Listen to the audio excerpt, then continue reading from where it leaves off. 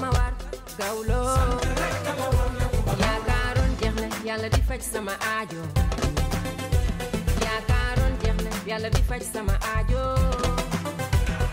aduna ngi ni daal dara jaru fi di rakaajo. Vraiment, je suis venue personnellement te renouveler mes remerciements. Ça, ce n'est pas ce que vous souhaitez, mais c'est à quoi vous attendez. Parce que, comme vous avez l'habitude de me le dire, c'est mon devoir.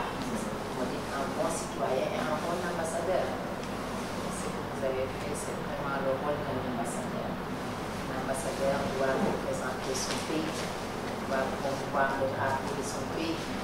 Un ambassadeur doit faire la promotion des icônes de son pays. Un ambassadeur doit être proche de son pays et de ses populations.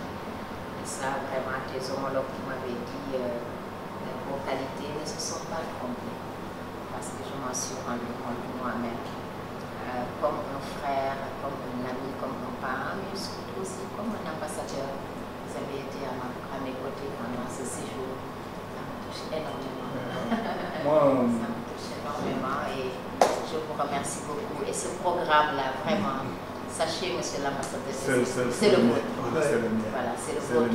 Je veux que le Sénégal brille au Burkina Faso et à travers le monde à partir de ce programme. Dénk nañu la ko, dénk nañu la suñu bopp gannaaw yàlla yaay suñu jaati yi. Yaay suñu jaati yi, yaay suñu mag, yaay suñu parrain, yaa fi suñu kilifa. yaa fi suñu lépp daal yaa fi suñu bunt. En tout cas, merci beaucoup. te wane ko it nag. En tout cas, merci beaucoup. Je disais à mes collègues la première fois, c'était aux Pays-Bas. Vous étiez venus chanter pour la CPI avec Jimmy Bay. Et quand vous êtes repartis, vraiment, tout le monde aussi était charmé. Tous nos collègues. Donc, ça fait 4 ans. Maintenant, vous me retrouvez ici comme ambassadeur. C'est un honneur aussi pour moi de vous recevoir. Comme je vous l'ai dit, c'est notre projet. C'est notre projet parce que c'est tout à l'honneur du Sénégal.